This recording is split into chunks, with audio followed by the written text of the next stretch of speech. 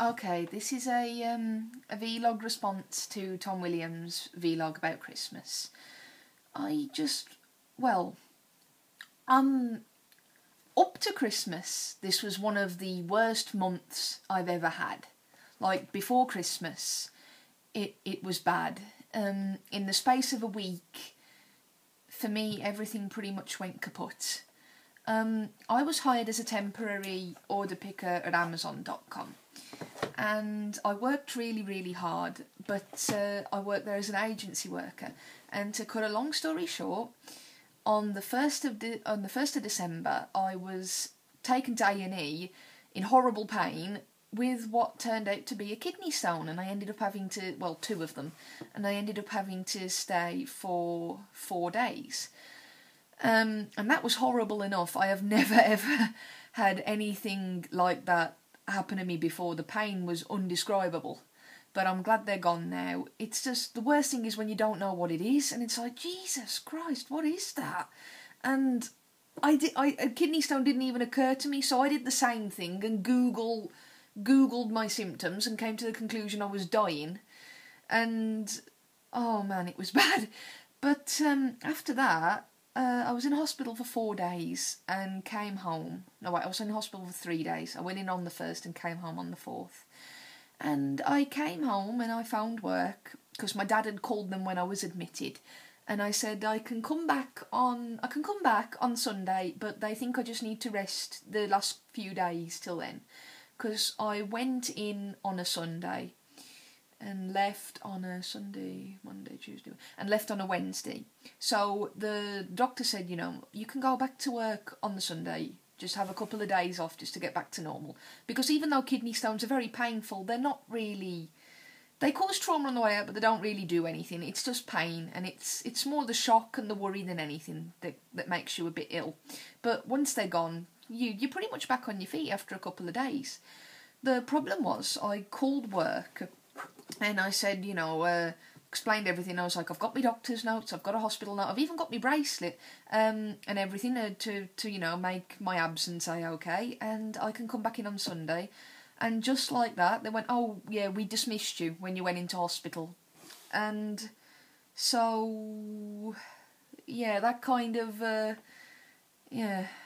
wasn't very nice.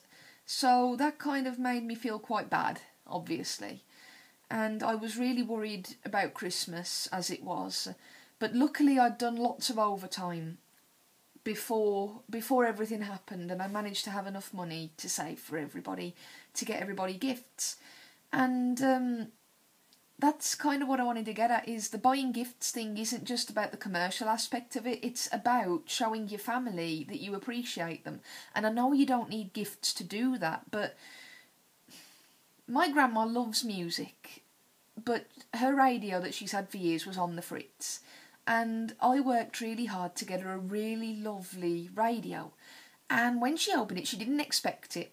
And just the look on her face of how happy she was to have it, and the fact that she plugged it in straight away and found her old favourite radio station that she used to listen to all the time before her radio broke, and just how happy she was.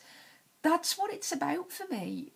Not just about the gifts, but I don't know, because you kind of complained a bit, oh, I was round my grandma's for 3 days, no internet. At least your grandma's still here for you to spend Christmas with. I know people who have lost members of the family and they'd give anything to have them back at Christmas. Screw the internet's always going to be here, but no, focus on your family that you've got with you. And to me, that's what Christmas is about. It's about family. And when I say family, I don't just mean blood relatives. I mean people that you love, people who are a part of your world, who, your world's a better place just because they're in it. That kind of family. And it's them, that's what it's about. If you're going to sit there and go, oh, I hate this, it's just another normal day for me, harumph, then it's going to suck a bit because you put yourself into that mindset. But yeah, I think it's nice. I think it's nice to make something special, to have once a year where you set aside this day, right? This is family day. No work, nothing. Let's spend the day together as a family. Because it's one of those things that, especially if you're in a family with money troubles, you can't do very often. And it's not just my gran either. For Christmas, my dad is a huge fan of Judge Dredd. And he had this comic book, and I remember it because I can't remember what it's called, but I think it's something like Quest for the Judge Child or something, where Judge Dredd has to find this boy with an eagle mark on his forehead, because that'll save Mega City 1. I've read my dad's old comics. I do actually quite like them. But anyway, when I was little, I kind of read this book over and over, and it fell apart, which I felt terrible for. I managed to get an original print copy of it. And not only that, but I managed to get him a copy of the case files, which is all of them abridged, and gave that to him. And just how happy he was with that, to read a comic book that he used to love as a kid. And he sat there and he read half of it and he was loving it. And to see him that happy, and that's what it's about. And the having a meal together, and the having a laugh, and the crackers with the silly hats, and the films. And I think if you're going to go, oh, I'm jaded, it's just a commercial excuse, you're kind of missing out on it. Because I suppose if you are cynical, you can look at that. Yeah, companies do make most of their money at it. But I tell you what, after everything, even though I'd had a pretty bad time of it, you know, losing my job hit me pretty hard. It was hard, but I did love it. And I loved being employed, and I loved being self-reliant. And to come home from hospital after 3 days and then find that had happened did gut me. I'm not going to lie, it did.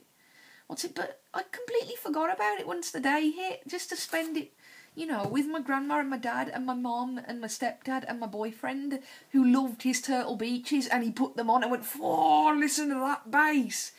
And it's that what it's about. It's not just about buying items, it's about buying gifts. You think about the person that you're buying for and think, you know, what would they love? What would they love more than anything?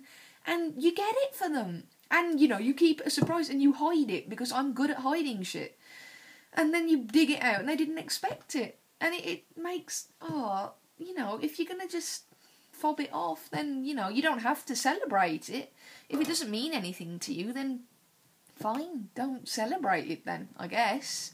But to me, I think whether you're religious or not, you can appreciate the whole family aspect of it. I don't think it is just for religious people. Heck, I volunteered at a Christian charity, even though I'm not a Christian, and one of the priests there said Christmas isn't just for Christians, it's for people, anybody who wants to celebrate it, anybody who wants to spend time with their family, have a nice meal, watch Shrek on the telly, or Tangled in my case, which was a brilliant film, very beautiful.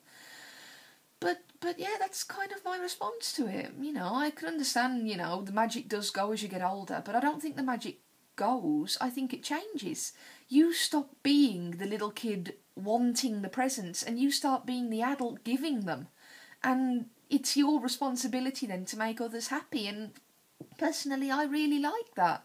I love buying gifts for people. I'm just really grateful that I have all my family to spend it with, that I have the people in my life that I do, and that even though bad things happened, I still managed to put aside enough to have a good Christmas. And even though stuff went wrong, I'm really grateful for that. And to me, that's why this Christmas was indeed still magical for me. So yeah, that's just what I think. Bye-bye.